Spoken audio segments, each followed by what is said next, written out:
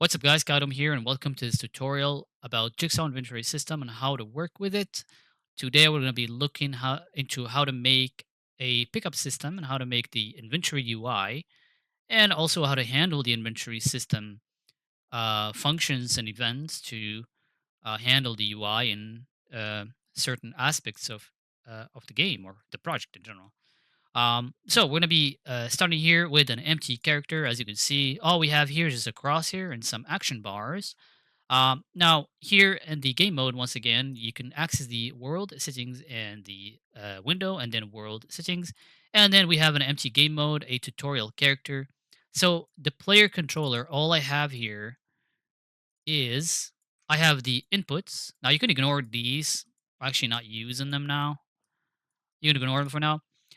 But we have our player controller. You can create a player controller. You can handle your own inputs however you want. And I'm simply creating the in-game widget, so in-game W, and I'm mainly using it for the crosshair in the middle, so I can see where I'm aiming at. That's it. And for the game state, we have our BP underscore MP game state. This is mainly used for the snap capture.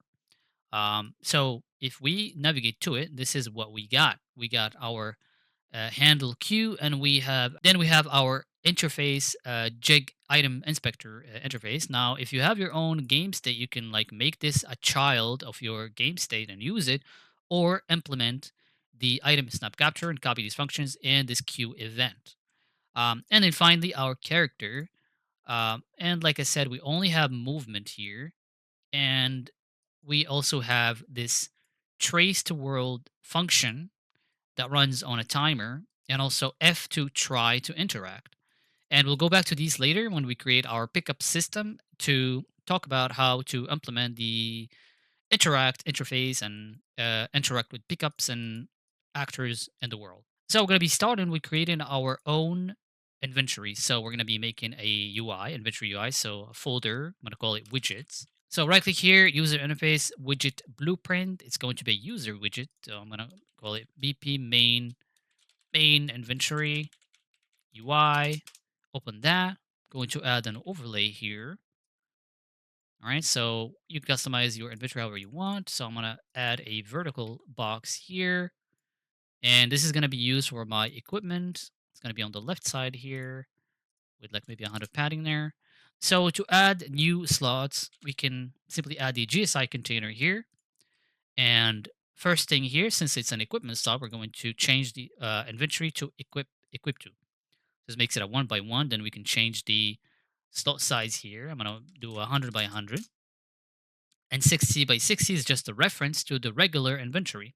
So we switch to inventory here and do like 2 by 2. As you can see, it's pretty big. So a regular inventory would probably be 60 by 60, something like that, like a backpack inventory. So this 60 by 60 is just a reference to that size. But for our equip to here is going to be 100 by 100 here. And this is going to be our helmet here. So I'm going to go to container name, just do helmet there. And of course, when you do a like a equipment slot, you want to indicate the supported item types. We can like do headwear as our main types. Then obviously, if you want to be more specific, you can do like only support certain helmets or certain headwear, and you can indicate the data asset here. Later, we'll see how to create a data asset. Also, you can be okay, support all headwear, but maybe certain headwear are not supported. You can indicate them here. But for our purposes here, we're going to be like indicating a headwear general type, which is headwear. Then I'm going to go ahead and just name this headwear. Then right click on it, duplicate. This is going to be my backpack. Then maybe pants. And finally, do a weapon container. So backpack, going to go ahead and name that backpack. Then this one's going to be a pants. And finally, our weapon is going to be a weapon. And then, of course, we're going to handle our supported items here once again. Instead of headwear, is going to be a backpack and pants here, like that. And then finally, our weapon is going to handle rifle. Now, you could add multiple here, rifle, pistol, etc. Then here, now for the weapon, there's two types here. I could go for a 1 by 1 to 100 by 100, which is fine. But here, I think I want to do 300 by 120. So that would be like my weapon right there. Or you could do the opposite. You could do 120 by 300. When you do this, make sure you check the rotate equipped image. Make sure this is true when you do something like this because you need to rotate the image. But for our case here, I think I'm going to go with 300 by that. And then I'm going to add a bunch of spacers here. Like so, just select all of them and then change the Y to maybe like 10. So this is going to be my main inventory here. Then we need a section maybe in the middle. I'm going to add a border there. So I'm going to use that for showing like content. So when I loot something, I want to show the content there. So check the padding to 0 there, opacity to 0 here. And I'm just going to call it content border and make it a variable there. And then finally, I'm going to add another border. Actually, I'm going to add a vertical box this time. So add it to the overlay. This one is going to be on the right side this time. On a padding of 100 on the right. This is going to be like content. So I'm going to call it inventory or item content. So basically, when you equip a backpack, you want to show its content, make it a variable there. So I want to use that. So that's pretty much it. Then for dropping items, when you drag an item and you want to drop it to the world, we need the drop item back G. We need to add that as the first item. So it's like it's underneath everything. Then select check the alignment here, the fill, make it fill horizontally and vertically. And then you can also play around with the blur. If you don't like the blur, you can set it to 0. For me, I'm going to set it to 1. Um, so that's our inventory here. Feel free to add as many slots as you want. Then we're going to class settings here. Class settings, we're going to go to interfaces here. I'm going to add the GSI special widget interface. So that's going to be our interface here. So first interface event that we're going to handle here is add content, which is event set loot content, I mean. So this is going to be called when we loot a backpack or loot a container. So we want to add that content to somewhere in this inventory. So that's going to be our content border there. Grab that, do add content. First of all, before I do this, actually I do clear content because this will be also called when you want to clear the content. So do that, then add content or add child right there. And you can do the name, you can display the name somewhere if you want. So that's our event right there. Then you want to take the containers that potentially have content such as a backpack. So I'm going to take a backpack there, the backpack container. I will use the event initialized and grab that backpack reference, which is the GSI container. Do assign. So look for assign on equipped change. So on item equipped change, you want to add that drop info on item equipped change. So we want to handle that event. So this is used to whenever like to essentially know when we equipped something to the backpack slot. So we can use this to show the content or do something else. But for our example here, we just want to do show the content. Now you could to get the content, which is the special container of the item. Well, we'll talk about special containers in a second, but you could do get one container. And this will get you the content of the backpack. Now we can just add it directly here, but we can use so create widget. We can use the content is called equipped to, so BP equipped to content. You can like collapse it and expand it. If you want to, you could use this if you want. So all we got to do here is just pass in the container like that, then call set content, then pass the widget and specify name. So here you're going to do backpack, or you could get the name from the item itself. So we can access the data asset here and do like name and do that instead. And then finally, we can add this content to that vertical box that we added earlier, which is the items content. Add child like that, and then add this one right here. Now you can either do this, or if you don't want to use this widget, you could add the content direct. If our backpack is unequipped, we will then clear children. So when the backpack is unequipped, you can do item content, then clear it. Now, obviously, if you're gonna add the multiple containers to the same vertical box, then we might want to promote this to a variable, store it in an array, and then later check for that specifically and remove it. But for our example here, we don't need to do that, so we'll just clear. And then next is get list of containers. So here you want to return your containers, however many you have. So here we have 4.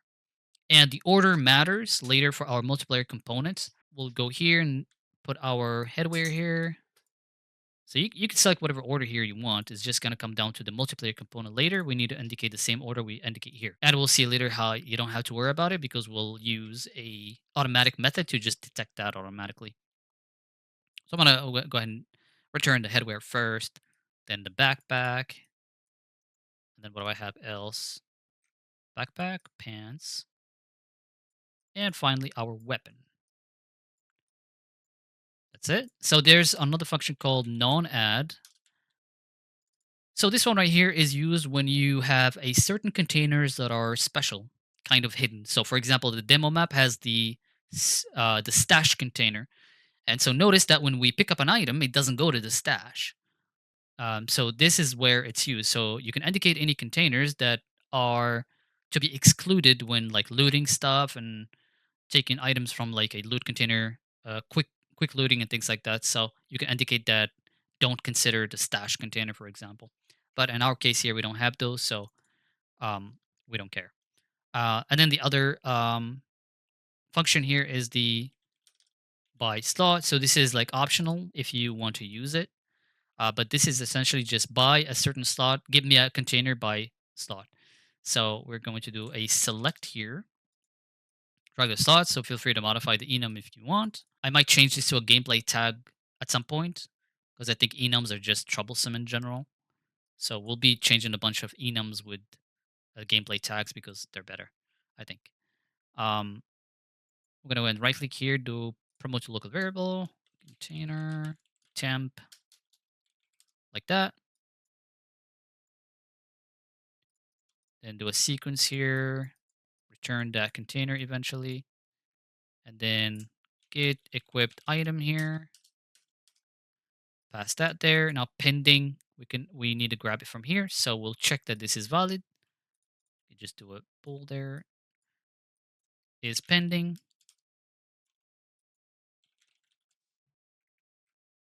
is item pending, right click promote to local, pending, and return that there. So the reason why we did this is because accessing this when this is not valid will result in a runtime error. And obviously here, based on slots, we're going to be returning a couple containers, and that's going to be based on this. So primary, that would be our weapon here. And the backpack is going to be here. Once again, this is optional, but just in case you use this interface function to access your containers, it's an option. So backpack there, pants, finally our headwear there. That's going to be our headwear right here. Okay. So now in our character, you want to add the multiplayer component and you want to select that widget, which is the main UI. So main UI, very important. You want to change the type to main character. And we do want to allow dropping items, so set that to true. And now we need to indicate the container settings. So here we have 1, 2, 3, 4. And when I said the order matters, that's going to be here, get list of containers. So we have this order matters. So first is the headwear, backpack second, pants third. So you have to do the same thing here. But you don't have to do that yourself, but you can like do 4 containers, make equip to. This is an equip to and equip to. Now, if you had like an inventory that is not an equip to, then you would have to indicate like the dimensions. But since this is just an equip to, we just so equip to, you can name them. So this will be like the headwear, etc. But like a quicker way is to simply, after indicating that, I'm going to drag my character in the world, select the multiplayer component here, and there's a button called Set Container Settings from Widget. Click that, and that will automatically set it. Then I can right click on the container settings, copy that data, and delete the character from the world, and then come back here and just do a paste and paste that. So that will take in the data there um, with the name. So when it's in equip to, just ignore the columns and rows. these don't matter when it's unequipped to. But you could set it to 1 1 if you want, like that. So helmet, backpack, pants, and weapons. These are our items or our containers. Now you can specify starting items as well. We'll see that later when we create some items. But for now, to show our inventory, we could simply like use a key such as the tab key and grab the multiplayer here and just do toggle inventory. Now if I go and play, pressing tab, as you can see, brings my inventory there, and pressing again will close it. And let's say that, for example, you want to start with a helmet. You could go to the multiplayer here, go to the helmet here, start in items, and you could just do, I want to start with a helmet. You can specify the spawn chance as well, so you don't get it every time. But and in order to load your starting items, you need to go here. We'll disconnect this for now. We'll go back to it later when we want to interact with our pickups. Move this here. Move our well, that's our tab. Move that here. So event begin play here. So check that we are a local controller and then call a request data. You can request a request data that this is going to be your starting items, or you could do from a save. Like if you have a save available, you could request that. But for now, we're going to be request data that will load our starting items like that. So now if we play, we should have a helmet right there. But for now here, we're going to clear our starting items. We don't want to start with anything right now. So now we're going to be handling our pickup system. So tutorial here, we're going to be like, make a folder called pickup system. Then right click, blueprint class. We're going to be adding an actor, a BP base pickup. And what you want to do here is you want to add the multiplayer component first. Okay, make the type pickup. Then we want to add a box collision here as our root component. We're just going to go and drag over the default scene root and make our box the default the root component. Feel free to make a static mesh or skeletal mesh the root component if you want. Gonna go ahead and do a collision here. So I need this to handle physics. So I want to make custom, make it query and physics. It's going to be a world dynamic. Then we're going to block everything other than camera. I'm going to ignore that. Then we're going to ignore the pawn, ignore vehicle, ignore projectile. Then I'm going to add a static mesh here as our visual item. Static mesh. Go to collision here and make sure there no collision there. Then go to class settings here and we're gonna add an interface. Let's see, class. Then here I'm gonna add the interact interface. So BP underscore MP interact interface. We're gonna also add the jig MP component. Then here event the event graph. I want to go ahead and quickly turn off tick because we don't need it. You could just go to my main pickup class and simply copy the interaction, this graph right here, real quick. We'll explain what we do there. And you also want to copy the widget. This one right here, just Control C and just paste it over the box. Compile should compile. So essentially, this is part of the interact interface. On begin interact, which is when you're looking at the item, we're simply initializing the options that we receive so we can do certain things such as loot, pickup, maybe a door, lock, unlock, things like that. And we simply like when we stop interacting here, we can simply hide the widget. And here we set the option. So we'll do that from the character. And let's go ahead and handle some interface functions here. So we're going to go get options. So I have like here, you can return what options to use. So promote to local variable, options array. So by default, option number 1 is usually just the pickup option. As far as the pickup class is concerned, option number 1 is pick up the item. Option number 2 is loot the item. And that's handled here, 0, 1. So here we're going to be checking if we can loot, if this is a lootable item. So can loot. So can loot pickup. So for certain items such as a backpack, you want to be able to loot the item. So here we're going to be enabling drop items. Why not? And if pickup can loot, I'm going to turn that off by default because you might want to disable that for weapons or something like that. So if this is true, I'm going to take that array and add option number 2, which is loot. So option number 2 is added, and that's how we return our interact options. We'll see that in the character in a second. So get main scene component, this is used for attachments. So by default, we'll use our static mesh there. If you return nothing, it will use the root component. But for our attachments to work correctly, because we will be attaching mags and things like that to the static mesh itself or the skeletal mesh, we have to return the mesh itself, not the box. Unless you make the static mesh the root component. In that case, you don't have to return anything. So get interact options, we already handled that. This is used when you interact with something and that requires server interaction. We're not going to handle that in this, at the moment. So sit count, just get the pickup component and do sit count like that and pass the count. Then send can interact here. We're going to be just calling the pickup here. Set can interact.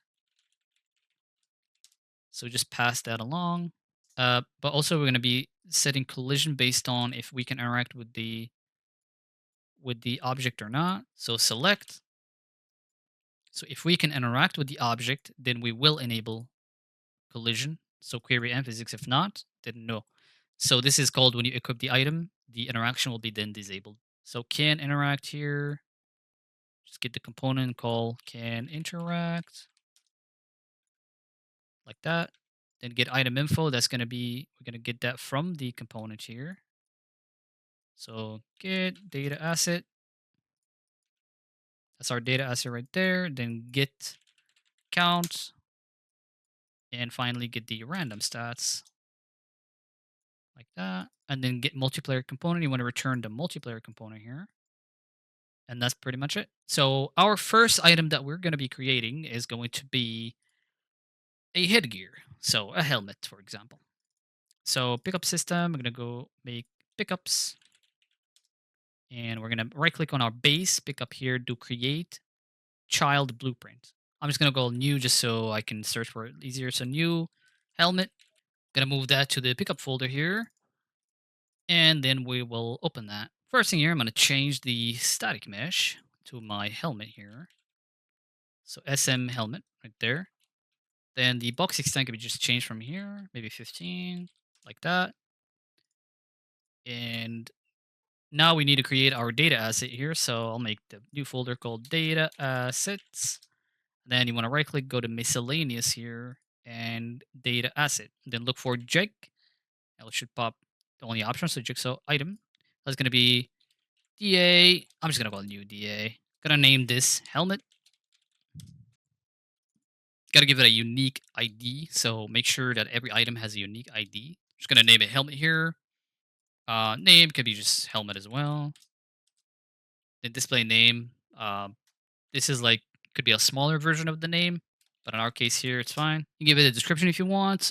For type here, I'm gonna go for headwear, so general type.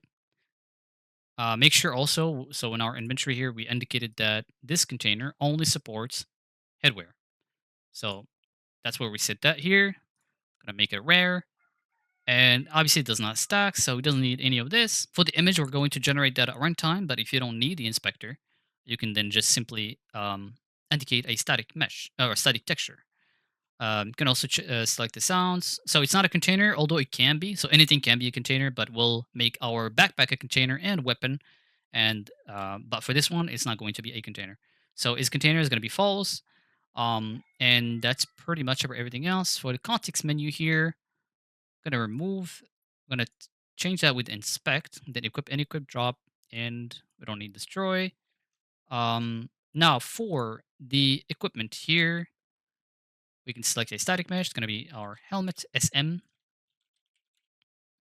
like that, and then equip slot here is going to be headwear. This is where you indicate your equipment. Then the item snap capture here. I'm gonna do the same thing here. So I'm gonna use a helmet or like a static mesh to take the snap.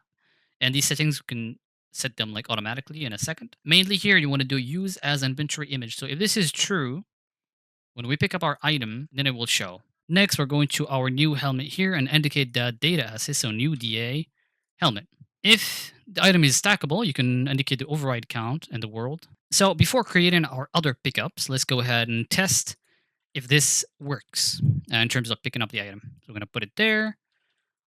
So on our character, we need two things. First, we need this event function. We're going to go ahead and um, run this on a timer. Every certain amount of time, like 25, 0.25 here, we're going to be tracing to world, and this is the function. You can copy this from my character, but like the main thing here is we do a trace from the camera location to the forward vector of the camera, and we check can interact. This is our interaction interface on the pickup that we just hit. Then we store our current trace actor. So this is variable right here. We have an actor. So this is our current trace actor. We have current interact options. So it's an array of interact options. And then an index, which by default is 0. So if we can interact with the actor, we check that it's not the same as the old actor. We have an old actor that we interacted with previously. We end that interaction, and then we get the options. So this we handled this interface earlier. So we get our options based on the pickup. Pickup could be different, could have different options, but mainly we have two. One is first option is pick up the actor. Second is loot the actor, and then we call our begin interact there with index 0.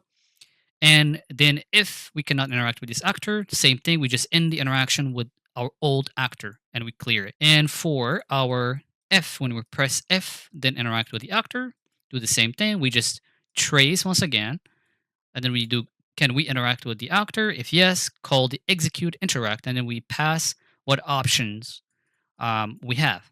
To cycle through options, we are going to do the mouse wheel here, mouse wheel up and down, mouse wheel up. So all we got to do here is just get the options. So when we do down or when we do up, we'll increment the index. And when we do down, we decrement this. So we decrement the index, and then we'll check the index here. So valid index. If it's not valid, then we will set the option to 0. Here we're going to be doing the same thing here.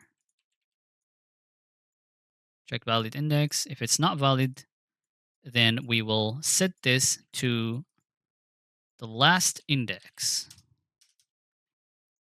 And once we do that, then we will call right here, make sure that it's valid. Could have done that in the beginning, but do this right here like that, and then call set option interface and get it the option. Get, just give a copy and pass the index. So this should handle cycling through options. I'll go ahead and add we already did that. So we will now go to interact with it. So as you can see, when I look at it, I see the name. When I look away, the name goes away. So now we're going to handle, obviously, picking up the item. And that is handled in our character. Now, in our character here, in order to handle the pickups, we need to add a couple interfaces here. First interface is the interact interface. This is used mainly for interacting with the player when they're dead, so looting another player. And our second interface is our character interface. And then finally, our jig component interface. So three interfaces, we'll handle them later. But for now, we're going to be handling the pickup here. So our character interface has the pickup interact executed. This is called when you interact with the pickup. If I add a breakpoint there, just press F. As you can see, this gets called with whatever pickup you just interacted with. So the first thing I'm going to be doing here is we're going to be checking if we can add our pickup. So try equip is the function that we want to use. So we're going to go try first. I'm going to add a sequence here, return false, if all fails. We're going to pass the pickup here. And this will tell us if we can pick up the item or not. So when it is valid, if it's the case, if you just want to test if you can pick up something or not, you can use this right here. But for actually picking up the item, you want to make sure that this is false. So for example, if I just go here in our function here, our timer function, so trace to world. So if you just put this here, Just put here and make sure it's set to true here because you're just testing. So if this is valid, it's going to tell you in case you want to display a name, like a message. Well, we're going to check if it's this valid. If it's true, it's going to say you can pick up. If I just go here and just look at the item, and you can see there it printed you can pick up. So this is mainly to just check without doing anything. But in our case here, we do want to try to pick up the item. So this will make sure we have a request pending. And then once we confirm that we can, now we can ask the server. We're going to be calling server a request equip actor to container. And that's going to be the actor is going to be the pickup actor. And our main UID is going to be coming from here. So container ID. Like that. So with this, we should be able to, pressing F on the item, as you can see, it got equipped to our slot, but the icon is pretty small and we cannot inspect the item or right click the item. So what we need to do here is we need to add the context menu. That's going to be the Jig context menu component that will enable our context menu. And that's actually will also enable our inspection. So make sure that use as inventory item image is checked. Then break it up like that. Then inspect the item. Click toggle debug. Check inside DA. So sit inside DA. This will write the data to the data asset directly. So then I can adjust the icon a little bit. So maybe adjust the FOV like that. Maybe the rotation a little bit. Maybe like 35. Actually, minus 35 maybe. And then maybe like -2 there. Yeah, that will work. That's it. And then I can go to the data asset, and that data is actually written directly to the data asset right here with the FOV and everything. So if I just save, next time I pick it up, it's going to be correct. Okay, now if we can't pick it up, then maybe we can try to add the item to the inventory, to our backpack, for example. And so, for the sake of saving time here, I'm going to copy what I have in my main character. Pick up executed. I can just copy the same thing here. So essentially, we're doing the same thing. We're trying to equip. If we fail, then we try to stack. If we can't stack, then we request to stack the actor. If not, then we can try to add to a certain container. If that succeeds, then we call the add actor to container. If that fails, then we simply say not enough space. That's going to be our logic for picking stuff. Let's go ahead and continue making our pickups here. So I'm going to go here and go to pickups. Our next item is going to be a backpack. So that way we can talk about special containers. So this is a backpack. So I'm going to change the static mesh here to a backpack right there. And then change the box extend there to maybe like 30. That works. So something like that. And then we'll make the special container here. Well, first we'll make the data assets. So I'm going to call new backpack. So I'm going to open that, give it a unique ID of backpack, update the name.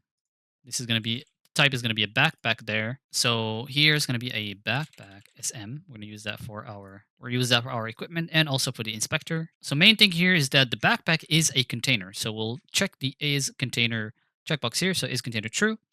And we will have to specify a special container. We're going to do that right now. So I'm going to go to widgets and do folder special containers. Then what we're going to do here is we want to do a user interface blueprint, but this time we're not going to create a user widget. We'll make a special main special container. I'm going to call that BP new backpack SP for special container. So this is like any other widget. We can just do like a vertical box, and I'm going to go ahead and do desired here. The JSI container once again. I'm going to add 2 of them. So duplicate. That's going to be JSI 1, and this is going to be number 2. So we could go for 5 by 5, and then the second one is going to be a 3 by 3. Yeah, we can center that and do a spacer like that, and then like 10. So these are our containers. It's a backpack. It can take any item, so we're not going to indicate any restrictions, such as for like supported items and things like that. All we got to do here is go event initialize. So event pre-init special container. We need to call the set containers. Should be set all containers. And then we'll make an array. and then we need to pass those containers. Once again, the order matters. So, so our first, the 5 by 5 is first, and then 3 by 3 is second, and that's all we need to do. So now we go back to the data asset now, and our special container here, special container widget, we're going to indicate that new backpack SP. And very important, you need to indicate the container dimensions. We have two containers. That's going to be a 5 by 5 and a 3 by 3. This is needed for the server to know the dimensions of this item. We did this. Now we need to go back to the backpack pickup, select the multiplayer component, and then select the inventory, which is going to be the new backpack. And then you need to indicate the container settings. Once again, you could drag it over to the world and then click the button, and that will update automatically. But this is easy enough that we could just do. This is our 5 by 5. This is our 3 by 3.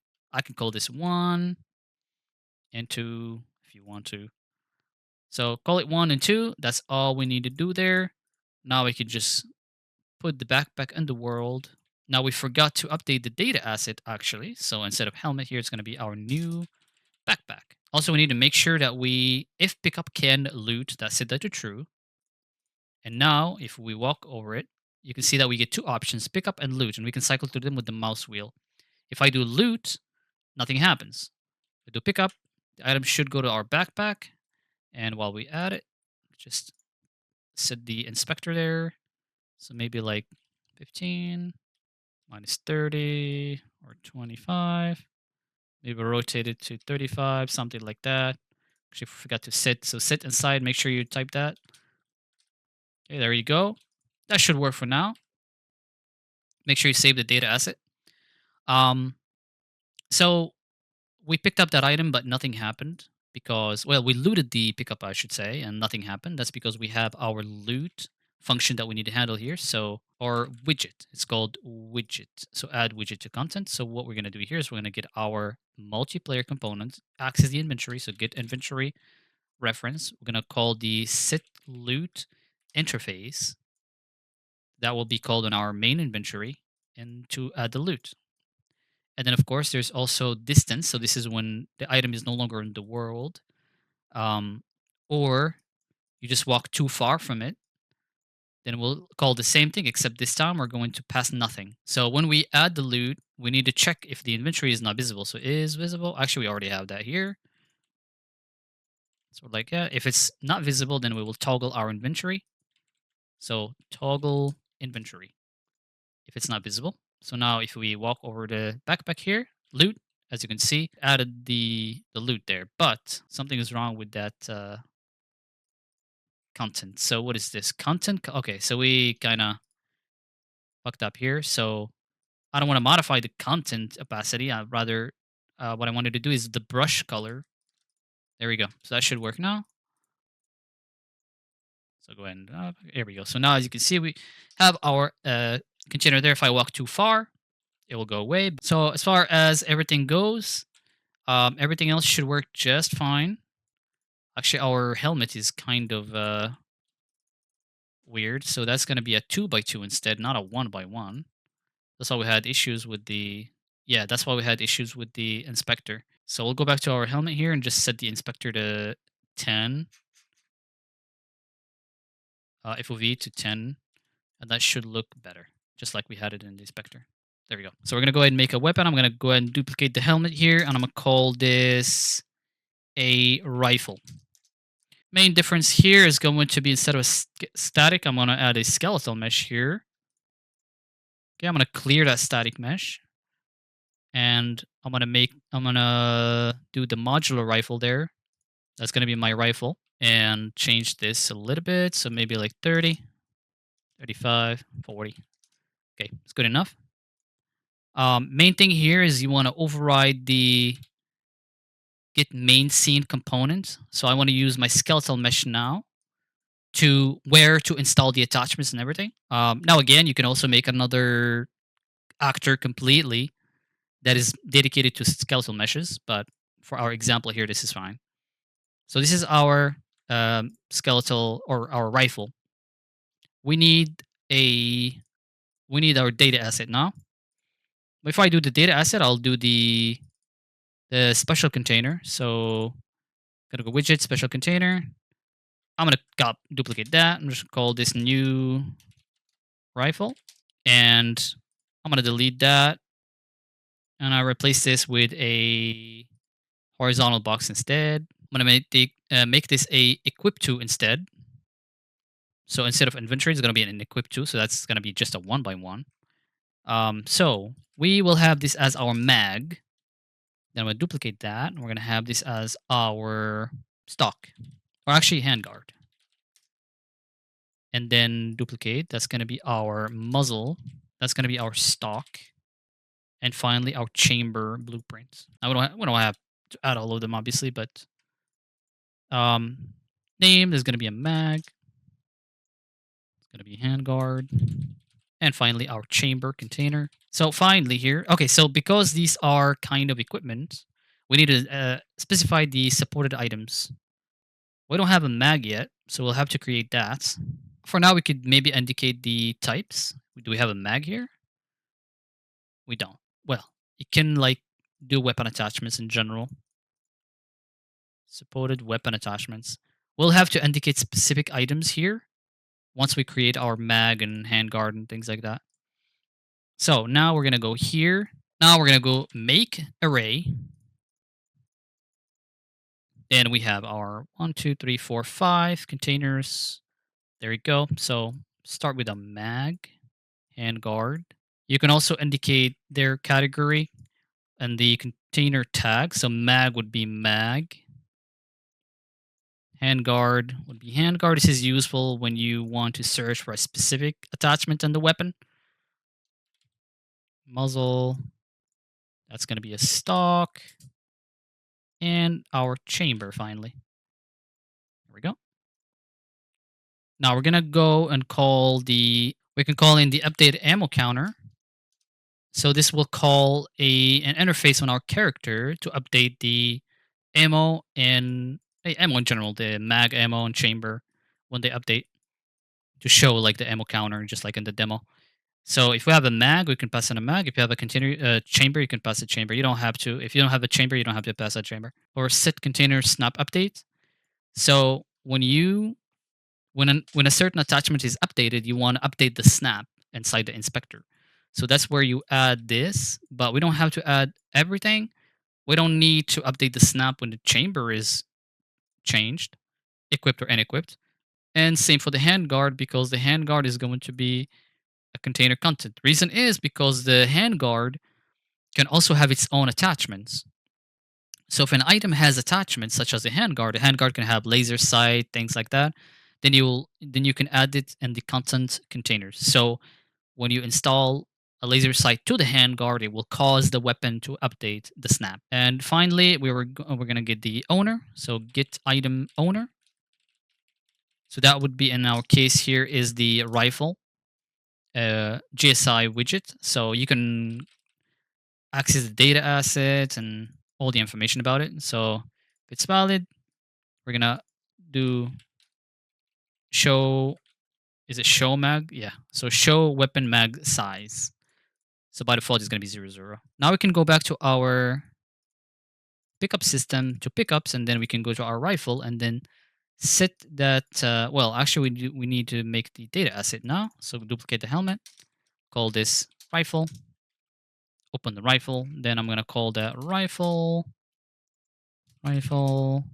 Display name is a short name. You could call it M4 if you want, or anything. So dimension is going to be 5 by 2.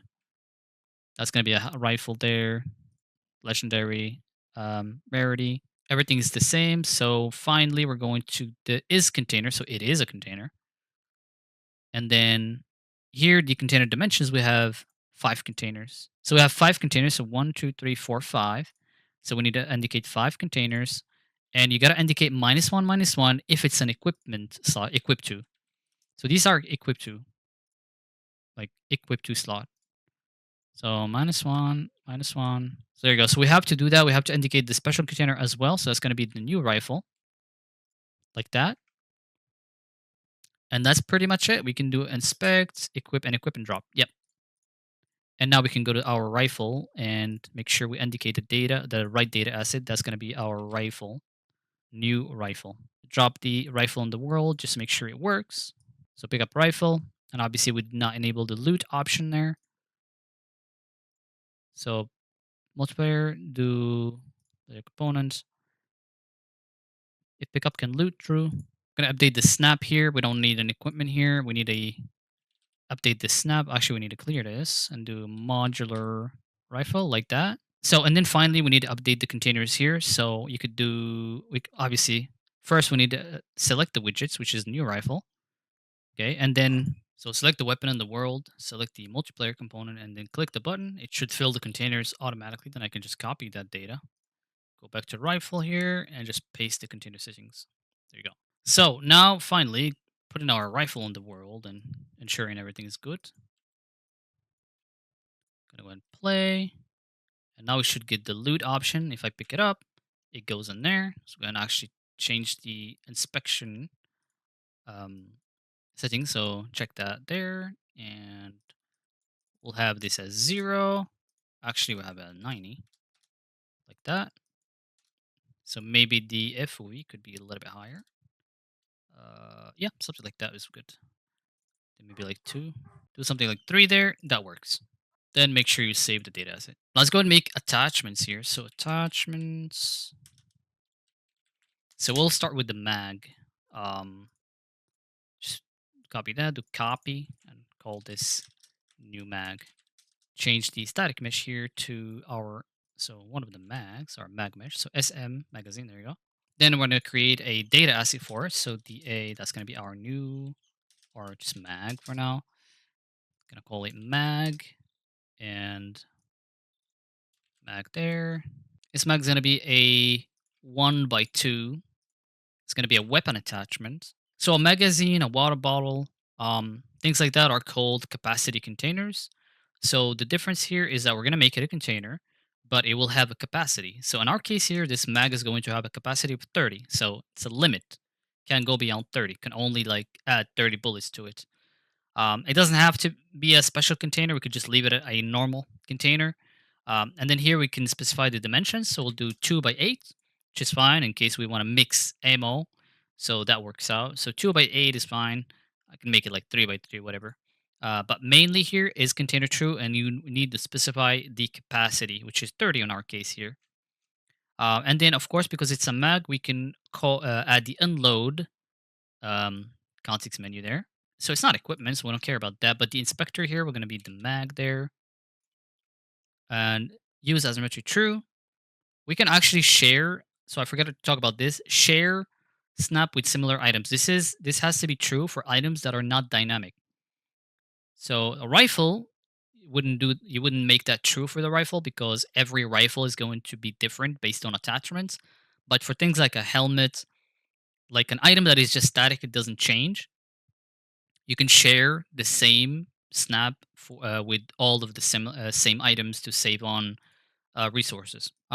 Then here we're going to do open on double click. We're not going to do that. We're not going to allow that because it's a mag. If you want to unload ammo, you will right click the mag and do unload. So we need to restrict that. Don't add to special container. That's going to be false as well. That's going to be solved as well. So show equipped content by default. You can use that in the main inventory to make it so certain items when equipped, if you want to show their content or not. For now, we're doing the backpack by default, but we could check this a bool and decide. Now, when it comes to attachments, we need to handle the local attachment. So what we need to do here is we need to go back to our mag. Well, first of all, we need to indicate the data asset, which is new mag. And then for the multiplayer component, so multiplayer component, we can simply indicate that it has one container, which is a 2x8. This mag should work for our case here, but for magazines, we need to make local attachments, or for attachments in general, we need local attachments. So pick up here, attachments, I'll make a local attachments. So we need to make a new blueprint called local main local attachment. We'll make that. So BP local, or just call it new local mag. And all you got to do here is just set a mesh. So smmag. And that's pretty much it. Then now you go back to the data asset and you specify that class, a local attachment type. So that's going to be the jig attachment type. You can set that to mag.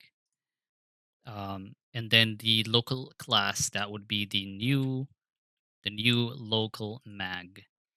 And then the attached socket. So I'm gonna just go mag here. So that's gonna be an obviously so that's gonna depend on the rifle, the socket inside the rifle itself. So we have for the mag, we have a mag socket. Okay, so we'll go with that. So mag socket like that. Now, local attachment to socket by container index. This is important for things like a handguard. So let's say you have a handguard and the handguard can take a laser sight and laser sight can go either on the right or on the left. So in that case, you can't really use just one socket.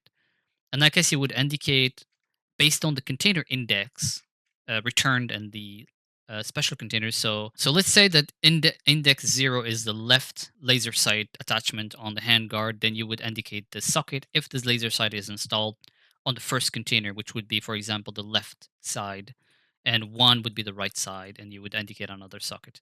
But for now, since we only have one the mag it can only go to one location, then we can simply use this. You can take a look at my handguard example to get a closer look. For now, we're going to do mag socket. This local attached to hand socket, this can be used for reloading where you can attach the mag and things like that.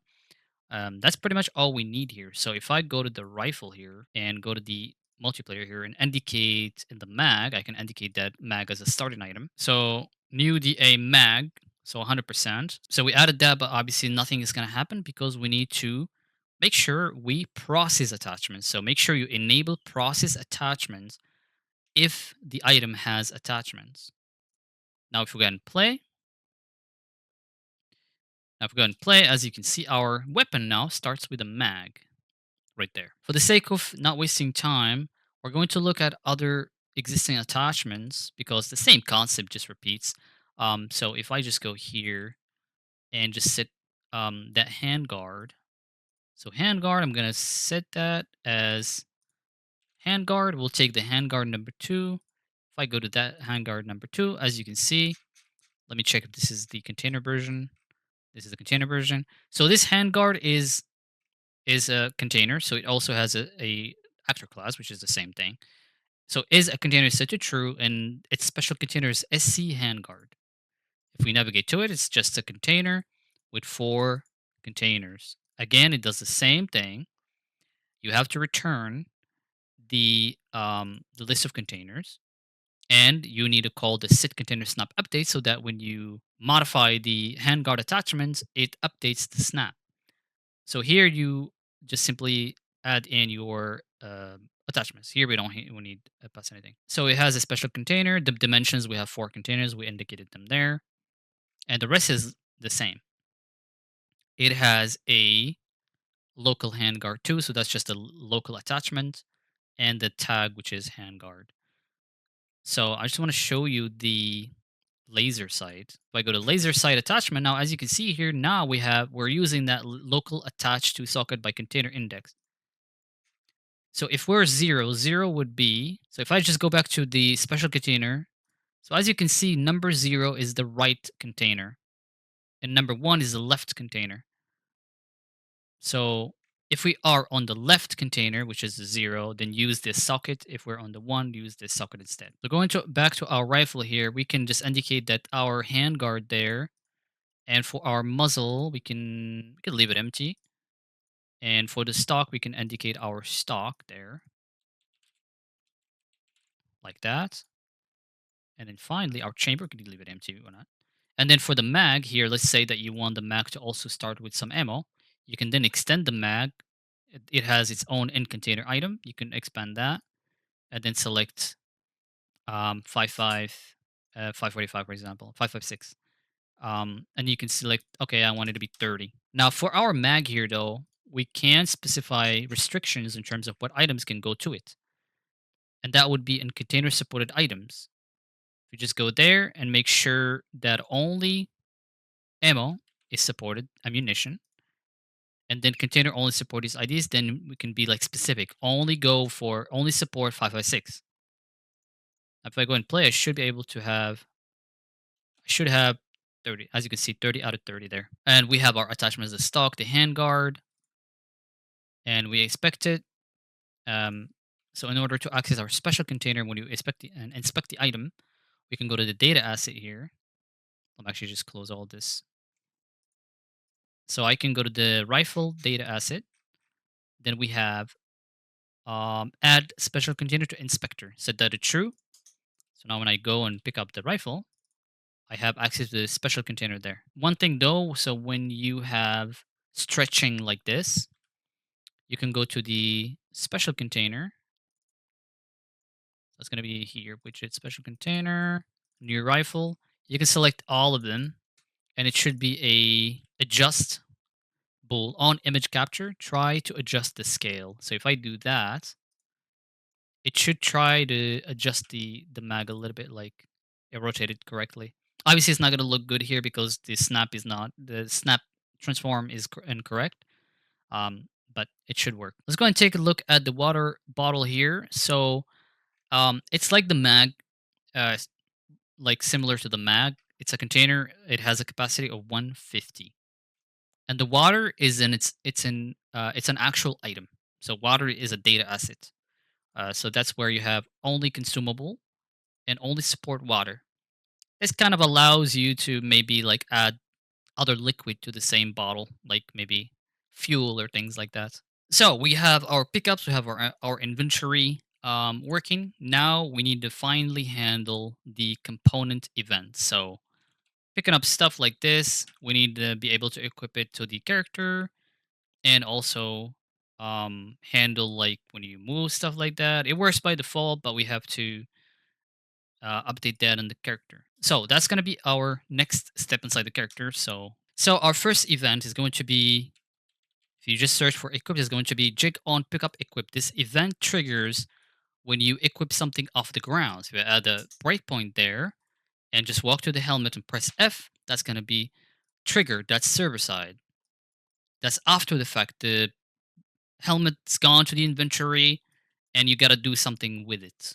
Okay, so what we're going to do here is I'm going to create a macro to help me this kind of decide what container triggered the function or the action. So we're gonna make a new macro. I'm gonna call it.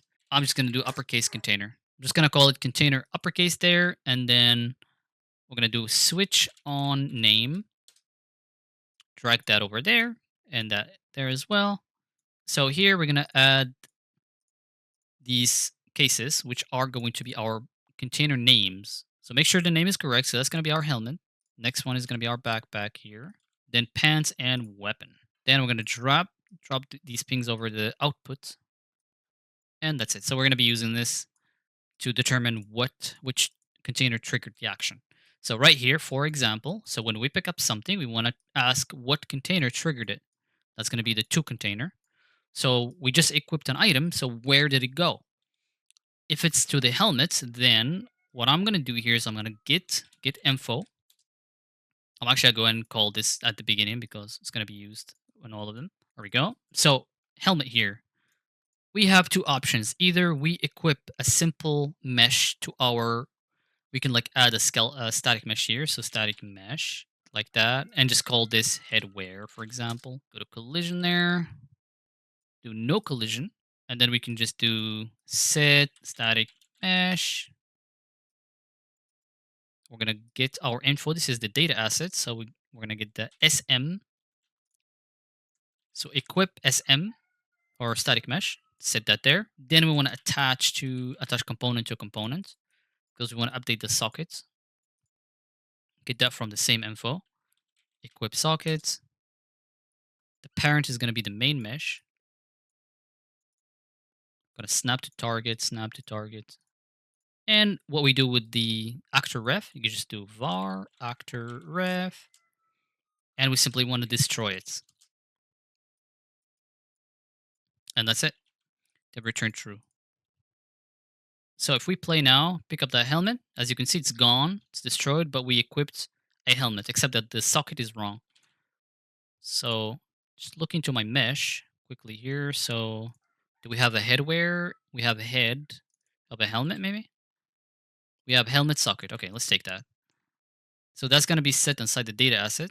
So if we scroll here, we have our headwear there. Instead of headwear, we're going to be equipped to socket, helmet socket. And there you go. So now our character has a helmet equipped and the item is gone from the world. We do the same thing for the backpack. Actually, no. We cannot do the same thing for the backpack, but we have to select a different target here.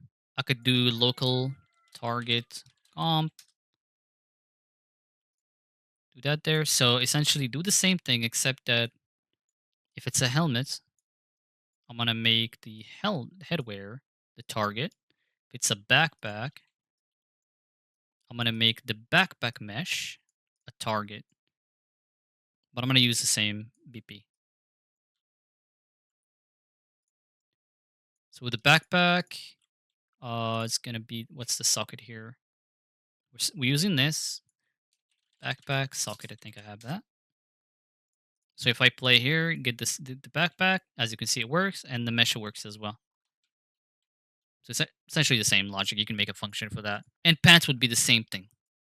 But now we're gonna be doing the weapon, which is the weapon will stay. So we'll just attach the weapon and use it. So for the weapon, what we're gonna do here is we're going to get the actor, the ref. So for this one right here, we're going to do the set interact. So we're going to disable the interaction on the pickup because we want to disable physics and collision. So we're going to be can't interact. So we'll put those both to false. Promote this to a variable. So it's going to be our equipped weapon. So we need to remember that for later. And in case we want to use it for shooting or when we drop it, we want to maybe move it, detach it, things like that. So disable physics, then we'll attach this weapon to our character. So attach actor to component. Then same thing here. We're going to get this equip socket. The parent is going to be the mesh.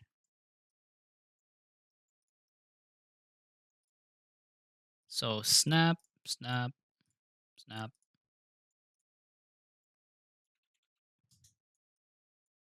And that's pretty much it. If I go here, pick the weapon, as you can see, it gets equipped to my character, but the socket is wrong.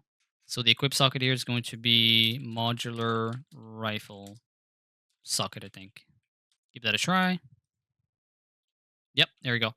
So equipped to my character. Now there's one issue with this is the modular, because we are attaching the box and the skeletal mesh can have a, okay, so in this case it's not a problem because it's at 000.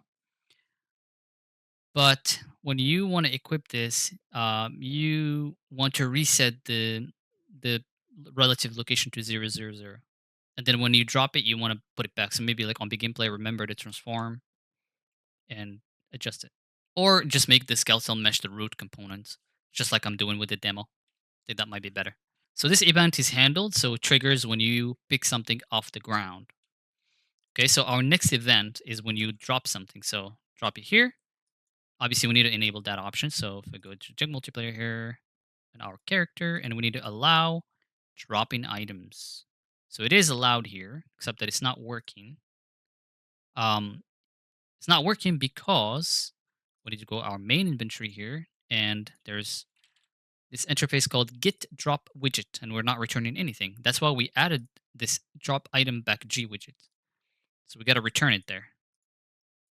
So if you want to disable dropping items another way, you can also just not return anything. Then go ahead and do this. As you can see, now it's going to be dropped, so that's removed from the inventory, but we're not handling that. We need to handle that. That's going to be in the character again, and that's going to be drop request. So drop request, same thing. It's asking you to drop. It wants you to drop the item. So we'll use the same thing again. Our trusty macro. If I can find it. Here we go.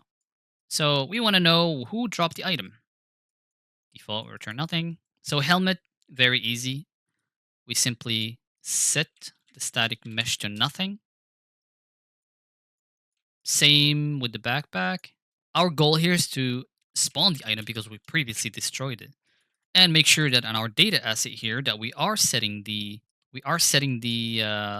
actor class. So on our helmet, our do we okay we're not actually. So new helmet, you have to select the set the actor class here. So new helmet there. The rifle has to be the new rifle there, or what did I call it? Rifle, BP rifle, I think. Yeah, I just called it BP rifle, and then finally for the backpack. So the backpack there is it new backpack? No, just backpack, I think. Yep, just backpack right there. Yep. So now we need to spawn on actor from class. We'll definitely just ignore to always spawn ignore because we'll move the actor anyway. So then what we want to do here is we want to set actor location, teleport, get actor location. Maybe we'll like spawn it in front of the player. Plus get actor forward vector. Maybe multiply that by some number. Do a single precision there, 300. And very important, you need to return that spawned item. So if there's any data in it, the component can set that. So let's go ahead and give it a try. Backpack and helmet. So if I drop the helmet, as you can see, gets unequipped and it's in the world there. Same for the backpack. Except we didn't clear our backpack there. Okay, so that's another problem because we have to do the same thing. Actually, I don't have to. I could just do this and just go there. So that's going to be headwear, backpack. There we go. And finally, for the weapon is different because the weapon still exists in the world. We just attached it. So what we do with that, we just grab the variable that we saved previously, and we simply call detach actor. So we detach from the player. We do the same thing here. We set the we just move it in front of the player. We set the interact, set can interact to true and enable physics. Because I need to return it here, I'm going to save this to a temporary variable, temp. And then I'm going to return the temp. Reason is because I need to clear this equipped variable here. Since we dropped it, it should clear it, set it to null. But obviously I need to remember it before because I need to return it here. So let's try that with the weapon. So I have it here. So if I do that, it gets detached from the player and goes back to the world. I can pick it up again if I want to. As you can see, it keeps the mag attachment. So our next event is when you do something like this. You unequip your weapon or whatever item here to a container. That can be any container. Could be your own container. Could be a loot container. So the inventory action works, but as you can see, the weapon is still in our hand. And that's handled and removed on main removed. So you do the same thing except that most of the time you just destroy the item. So once again, container here. So set static mesh here, the same thing for the helmet. So you do nothing here, you just set that and call it. Same for the backpack. Except you do the backpack there. Okay. So that should work for the backpack and the helmet.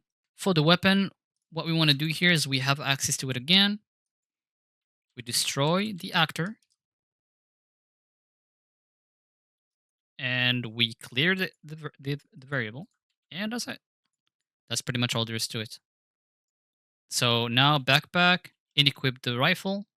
It's gone from our hand. But now the opposite. What about putting it back here? So as you can see, we don't have the weapon there. So that's going to be added.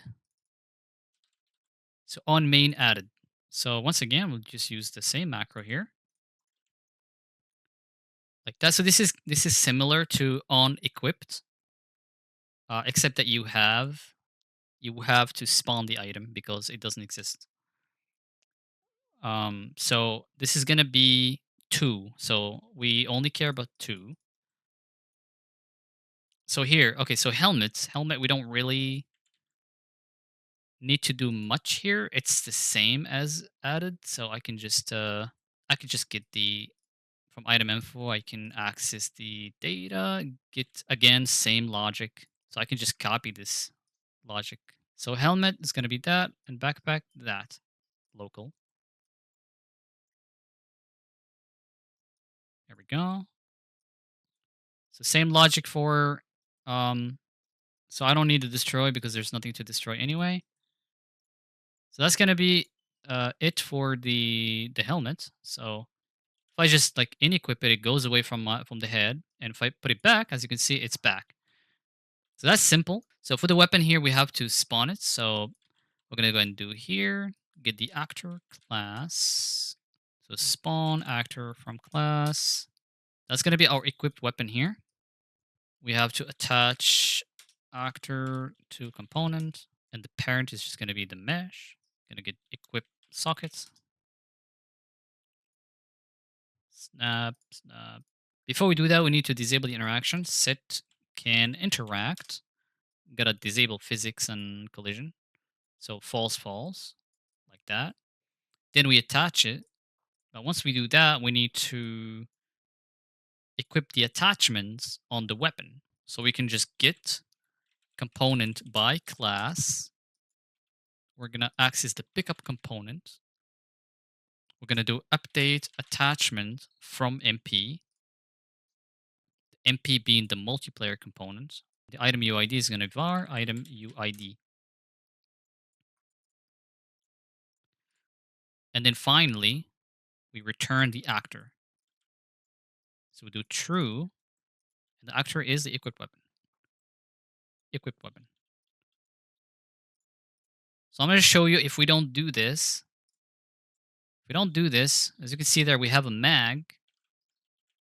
If I equip that and equip it back, you can see that I lost the mag on the weapon itself. It is still on the weapon, like it's still here, right there. That's why we do this. We need to install the attachments. And then now if I do that, you can see that I still got the mag there now. Okay, finally, we need to handle the situation where you move items from you move items around either within your own container, like maybe from the weapon to my backpack, or from my weapon or backpack to some other container, loot container, or the opposite from loot container to my own inventory.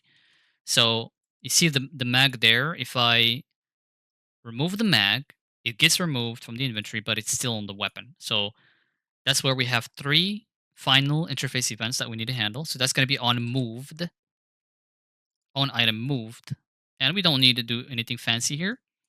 On item moved triggers when you move an item within your own inventory. It could be like from a backpack to pants, from your weapon to backpack. This will trigger. And then we have on added, on item added, and on item removed.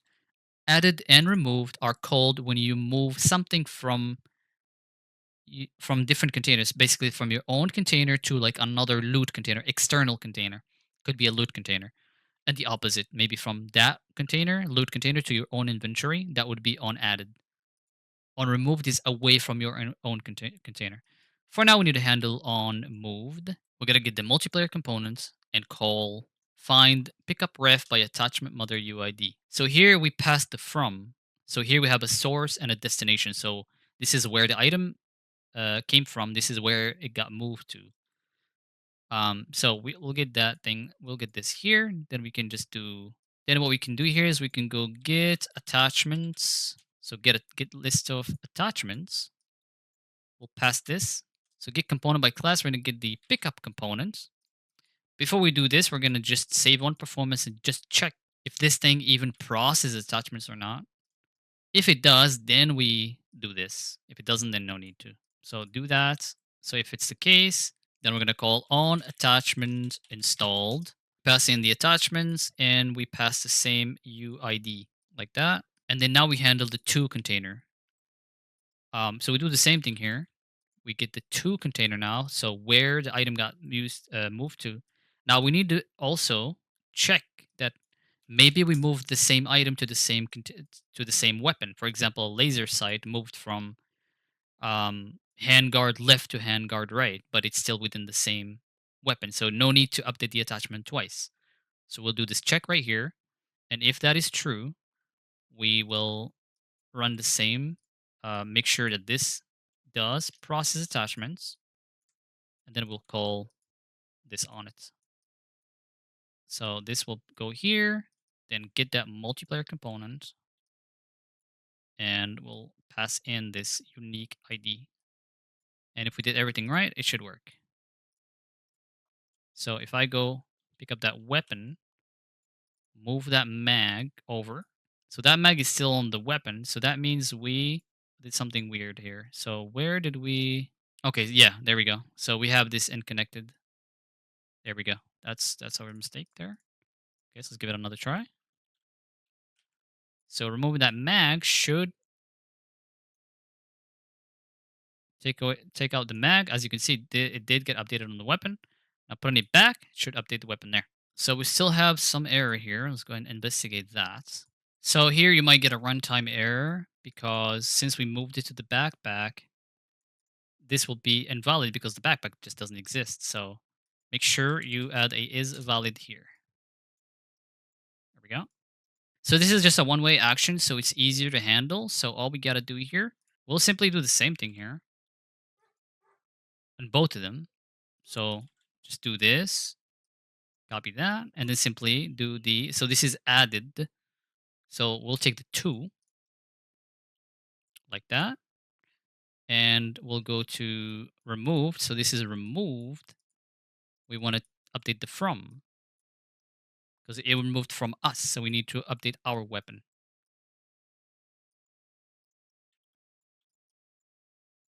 I just do it real quick here. Just make sure return something. And here we want the, so remove, we want to take the from. So this will allow us to loot this backpack and uninstall our mag there. And that should cause it to update. So here, for some reason, we cannot move stuff to our backpack here. So let's go ahead and investigate that. See what's that all about. This is a good example for like if something doesn't work, how to investigate that. So we have our container settings here set, which is a 5 by 5 and a 3 by 3. So the reason why that's not working is because of the data is incorrect. When we loot something, a container or a backpack, and since we're going to talk about loot containers and soon, this is a good segue to it. So when you loot a container, could be a pickup, could be a loot container, it needs to request the data from the server, and that's going to be here, request data. So request server data, that needs to be handled. And that's just going to be request data. That's it. Request server data, and you just give it the target container. This would be coming from a loot container. It could be coming from anything. So with that, we should now be able to. There we go. So now if I just unequip my mag there, as you can see, it should be. There you go. It got installed. Now putting it back should work there. As you can see, it highlights the muzzle. So that's why you need to make sure that you indicate your supported types. Now, speaking of loot containers, it's the same concept. A loot container is just an actor with a multiplayer component with the interact interface. So if we just look at the loot container example here, so looking at the loot container, all it is just a jig multiplayer component with the type set to loot container. Its container dimensions are a 6 by 6 and a 6 by 3, and that's obviously because of the special container is a 6 by 6 and a 6 by 3. But yeah, that's the loot container. All there is to it is just the settings, and then you indicate your starting items. Now we're gonna actually be talking about our utility widget. Okay, so if you go here to our utility widget, it's called Jig Container Helper. If you open that, first thing you want to do is go to the all jig assets.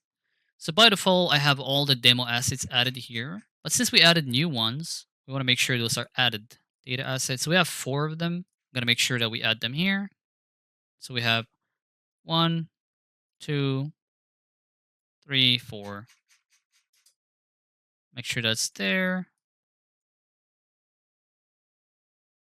There we go. So with this utility editor, what you can do is first, let's just say you don't want to go through the pain of, or maybe if you just want to make sure it's correct. These container dimensions, right? We have to enter them based on how many containers we have. Let's say I just cleared this and I forgot to set it. You can just use the utility editor, okay, and you should call set container info inside data asset. So what's that going to do is just going to go through all the assets and just going to check with the special container. It's just going to do that for you. So we cleared them earlier. Now they're added automatically with the utility. So just make sure you save the data asset. Here you can check for invalid data assets. So none found. So we'll just go through all actors that have a multiplayer component and it will check if there's any invalid data assets set. It will log them here. So main thing you can use with this is that let's just say we have a loot container. Let's say that we have this loot container. Then you want to select the loot container, then go back to your utility, click refresh, and what you can do here is you can just do add all. It will add all the data assets. You can also add by item ID, and you could start customizing this container if you want. Could add a backpack there. Could add an armor. Got a helmet here, headphones, and just do set data. Could do the same for this weapon, refresh. You can also customize it there. This helmet doesn't have any special containers. Backpack, let's just say this backpack, maybe start with something by default. Maybe the handguard, pants there, set data. Just go, and then if I loot this, as you can see, there's the items that it's just said. Loot, and there's our handguard and pants. And if you, let's say you want this data to be the default data, you can just go to the multiplayer component. You can see that it added some starting items. You can then copy the container settings, just paste them in the actor. When it comes to consuming items, it's pretty straightforward. So let's just take the example of our bottle here, a water bottle here. It has a data asset. So once again, it's a capacity container. The capacity is 150 and container dimensions are 1 by 1 because that's all it needs. It just holds water, one item. So here you could specify the montage. So we can go to our character here and we can do on consumed. So on item consumed, this will get triggered when you consume an item. So let's add some water here. So the water bottle here all comes with water by default. So quantity there 150. So if I just pick it up, it should already be filled. There it is. So if I just click use, let's just use 42, confirm, this gets triggered. It gets you the item info there, data asset, which is water, count 150, and then it gets you the amount, which is 42, as you can see there. And inside of that would be the water, the bottle itself. So here's the JigDA water bottle. So from here, you could do anything. Like you have access to the montage. So if I go to the water, so you don't want to do it here, but you want to do it in the water itself because that's what you're consuming. Um, you could, I mean, it depends on what you want to do. You could store the montage in the water bottle, I guess. I guess that kind of makes sense. And the bottle itself, right? So you could do any montage here. And if we go to the tutorial here, you could get the consumed or inside of, if this is valid, obviously, then otherwise, then you take from the consumed item itself. Then you could get the montage, get the consume montage, and you can then play a multicast. If I just go to my jig character, so jig character, we have the consumed. So on consume. So what we do here is also if you want the health component, you can add the health component here. With the health component, you can add your body components. So for example, the head, the body, you can give it like health values. And this is used when you take damage, for example. When you take damage, we call the damage body part, and we essentially you can like damage a certain part. So here's the damage, and the body part is like determined by the jig damage type. So each damage is can be like if you get hit in the head, maybe like damage the head, etc. So going back to our consume option there. So the main thing here is that we're checking that the item is a consumable. So we're checking the type there. So here we have our consumable, our consume bonuses here. We can actually add those here. So consumable bonuses here. So what you can do here is you can say, okay, it's a stat name, it can be anything. So we say, okay, we get some water and some energy. You can implement that in your logic however you want. So you specify a minimum value, and then on consume, you can use those. So in our case here, we're using the health component, and we're updating this stat name, which could be water, for example. So there you go. We have energy here, we have stamina, water, and energy. And we're simply updating those things, adding values there based on that. And we can also remove conditions from, if I look here, consumable, here we go, remove status effects, such as bleeding or whatever. And here we're just going to, through those remove status effects, again, access from the data assets. And we access the health component here, we remove those status effects. And finally, we just multicast a montage so everyone can play that montage. Again, we're accessing that consume montage and we're just running a multicast event. Here you can do things like with the notify name on big consume begin, consume end. You can add those to the montage and do your own logic there. So now when it comes to crafting, the crafting is done in the multiplayer and the jig multiplayer. So this is player crafting. So player crafting is indicated here. If we go to crafting, items to craft, this is where you indicate your what items you can craft in the player. So this would be your quick craft things. We also have a crafting station. I'll show you that in a second. So we have items to craft, such as an armor. Count one, and this is what the items needed. You can so they say like, okay, I need pants and a mag 19 to craft like an armor, something like that. Same thing for our crafting station. Crafting station. So crafting station also has a multiplayer component. It also has a widget. So this is set up the same way. It has a widget. It has three containers, and uh, craftable items are going to be here. Items to craft, like this. So our crafting station here, if you just drag it on the world, I think right now it's actually missing the data assets are not set. So if I go to the craftable here, item to craft, yeah, so it's missing the data assets here. Let's just say you want the crafting station to be able to craft something like a helmet. Let's say a helmet, for example. And the items needed are, let's just say some ammo, some 5.56, or yeah, 5.56, and we need 20 of them. You also have access to time to craft in seconds. So let's just say it takes 10 seconds to craft, and you can just walk to it. And now you have yourself that helmet right there, and it needs 10. And as soon as I click craft, it will take 10 seconds. It will be added here, pending.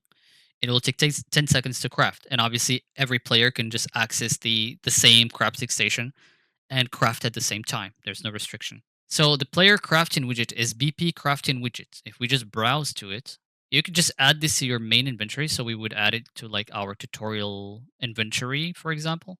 So our main inventory, we could add that crafting here. So crafting widget, we could add it like somewhere, and you can hide it based on some condition. Then we can go here, you can open it. Here's your item. You can craft, use it like that. And obviously, the craftable items, once again, they're here. You need to indicate them right here.